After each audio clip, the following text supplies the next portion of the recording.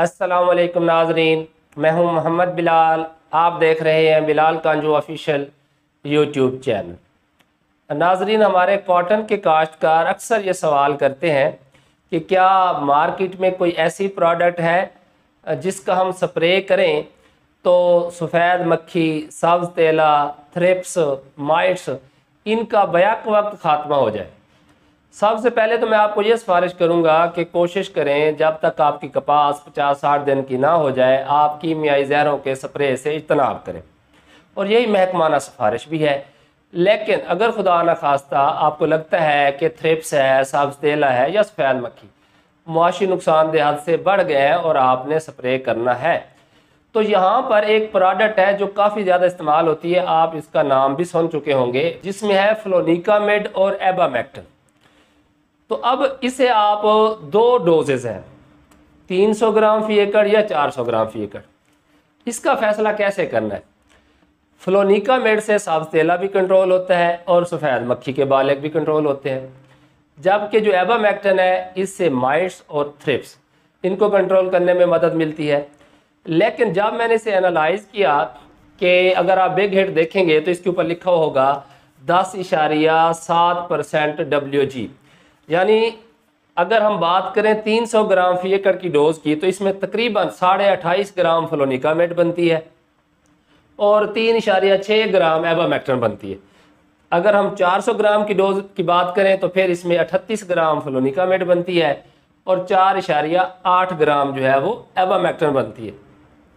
अब मैंने इसे कंपेयर किया ऊल आला के साथ, यानी फ्लोनिकामिड किसी भी कंपनी का जो हम लेते हैं, खासकर जैसे ऊल आला है 50% DF फार्मूलेशन में, तो इसका मतलब है अगर हम 60 ग्राम फ्लोनिकामिड या ऊल आला का स्प्रे करते हैं 1 एकड़ के ऊपर तो इससे हमें मिलता है फ्लोनिकामिड 30 ग्राम, और अगर 80 ग्राम करें तो फिर इसमें से हमें मिलता है 40 ग्राम। यानी अगर हमने 80 ग्राम फ्लोनिकामिड के बराबर रिजल्ट लेना है, ऊल आला के बराबर रिजल्ट लेना है, तो फिर हमें करनी पड़ेगी ये बिग हिट 400 ग्राम फी एकड़ के हिसाब से। और अगर हमने जस्ट सब्ज़ तेले का इशू है तो फिर आप इसे, यानी सब्ज़ तेला, थ्रिप्स और माइट्स का इशू है, तो फिर आप इसे 300 ग्राम फी एकड़ के हिसाब से भी स्प्रे कर सकते हैं। इसी तरह जो एबामेक्टिन है अमूमन आपने देखा होगा वो होती है 1.8% EC।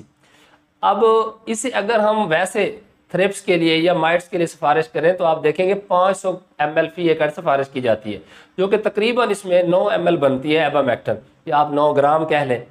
जबकि अगर आप इसे बिग हिट के अंदर देखेंगे तो ये है सिर्फ 1.2%, यानी 400 ग्राम अगर आप बिग हिट का स्प्रे करेंगे तो इसमें से मिलेगी 4.8 ग्राम एबामेक्टिन। और अगर यही मिकदार हमने वैसे जो लिक्विड फॉर्म में हमें एबामेक्टिन मिलती है उससे लेनी हो तो हमें 250 ml, 250 से 300 ml चाहिए होगी।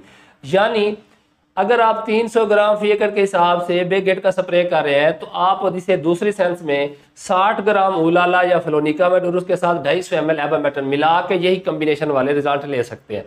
इसी तरह अगर सफ़ेद मक्खी का भी इशू है, यानी आप सफ़ेद मक्खी, सब्ज़ तेला, थ्रिप्स और जुएं इन सब का कंट्रोल चाहते हैं, तो फिर आप 250 ml एबामेक्टिन और साथ में 80 ग्राम फ्लोनिकामिड, इन दोनों को मिला के भी आप यही बिग हिट वाला फार्मूला बना सकते हैं।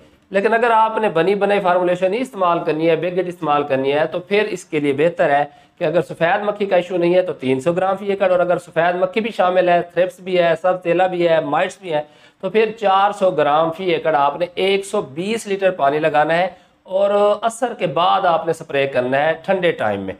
और एक बात का आपने खास ख्याल रखना है, 6 से 7 दिन के वक्फे से रिपीट लाजमी करना है।